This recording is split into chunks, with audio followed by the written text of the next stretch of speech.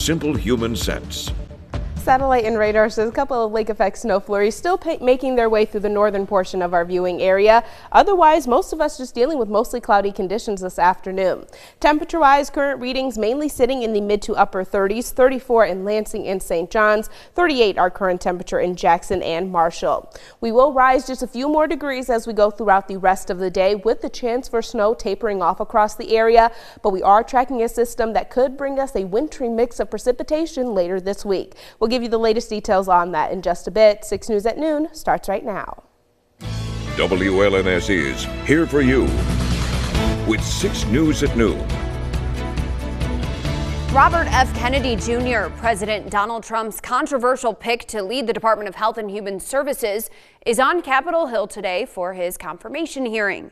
It's our top story at noon. Thank you for joining us today. I'm Megan Vaselli.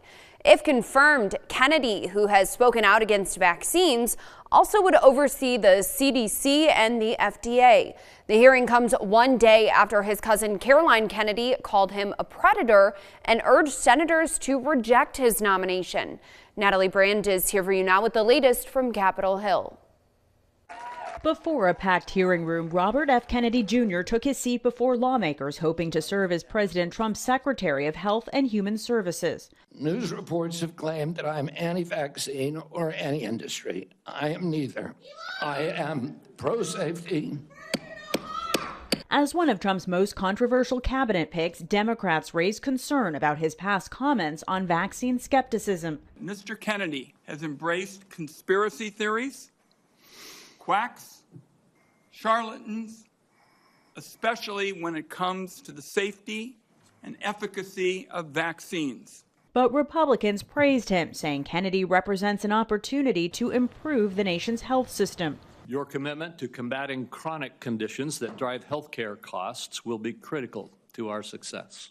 The hearing comes a day after Kennedy's cousin, Caroline Kennedy, released a scathing letter to lawmakers urging them to reject his nomination. Bobby himself is a predator. Bobby preys on the desperation of parents of sick children, vaccinating his own kids while building a following hypocritically discouraging other parents from vaccinating theirs. Ahead of the hearing, dozens of people lined up to try to get a seat inside. That includes doctors and nurses from out of state, both firm supporters and staunch opponents.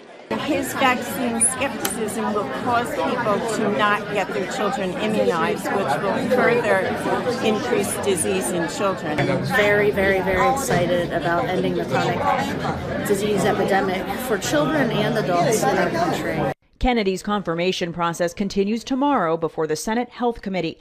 Natalie Brand, CBS News, Capitol Hill. RFK Jr.'s anti-vaccine advocacy may be outside of the mainstream right now, but a new poll found that not all of his controversial health goals are unpopular. The new survey from the Associated Press NORC Center for Public Affairs Research shows he faces some skepticism from the public. It found that only about 3 in 10 U.S. adults surveyed approve of his nomination to lead the Department of Health and Human Services. About 4 in 10 disapprove, while about a quarter said they either don't know or are neutral. RFK Jr. has long been a vaccine skeptic, but about 4 in 10 Americans surveyed strongly or somewhat oppose reconsidering the government's recommendations around widely used vaccines like flu shots. Meanwhile, about 3 in 10 are in favor, and roughly another 3 in 10 remain neutral. Michigan workers could soon lose sick leave guarantee under new proposed legislation making its way through the Senate. Some advocates say the changes would hurt working families, but supporters argue the bill would help businesses. Tessa Kresh joins us now live at the state capitol, where a press conference on the topic is underway right now. Tessa, what can you tell us? Yeah, Megan, so this afternoon, advocates and workers are gathering over here. They're calling on lawmakers to reject House Bill 4002 and Senate Bill 15. They're speaking right now, as you can see behind me. They're saying these proposed changes would jeopardize paid sick time for nearly 1.5 million Michigan workers, forcing many people to choose between their health and their paycheck. Later on, you'll hear me talk with Aisha Wells with Mothering Justice. We'll have more on that. And And right now, the bill has already passed in the House and is moving through the Senate. And if it passes there, it will then go to Governor Gretchen Whitmer's desk. We'll have more on that later tonight, so stay with us. I'm here at the Capitol reporting in Lansing. Tessa Kresh, 6 News. Tessa, thank you for that live report. The Michigan Department of Agriculture and Rural Development is reporting a case of bovine tuberculosis found in an Alcona County beef herd. The case was found during the regular annual whole herd surveillance test. It's Michigan's 83rd cattle herd to be identified with bovine TB since 1998 and the first infected herd detected since January of 2022. Bovine TB is a bacterial disease that can affect all mammals, including humans. Plus, it can be transmitted between deer and cattle. The disease is known to be present in the free-ranging white-tailed deer population in certain parts of the northeastern lower Michigan. And this most recent case was found nearby. We have an update on the CACS Head Start closures announced yesterday. The following schools with Head Start services will be open for programming: Avril, Forest View, Geyer Park, Pleasant View, and Cumberland. Also, the missing 15-year-old from Lansing, who we told you about this morning, has been found and is safe. From Storm Tracker 6, this is Weather First, sponsored by Auto Owners Insurance. Simple human sense.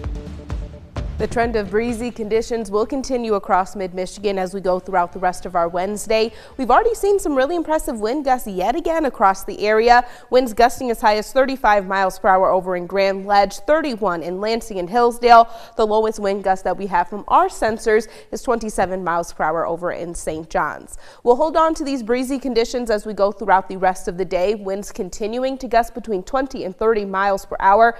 We will calm things down overnight tonight. Lighter wind speeds in the forecast overnight and as we start off our Thursday morning. But by Thursday afternoon, those winds yet again begin to slightly increase, with gusts hovering around 20 to 25 miles per hour across the area.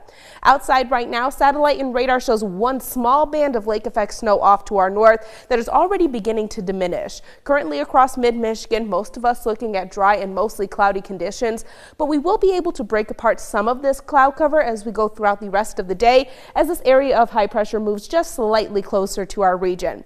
So Precision Cast again going to show mostly cloudy conditions for the next few hours, but that cloud cover decreases this evening. We are partly cloudy overnight tonight and have a lot of sunshine in the forecast as we start off our Thursday.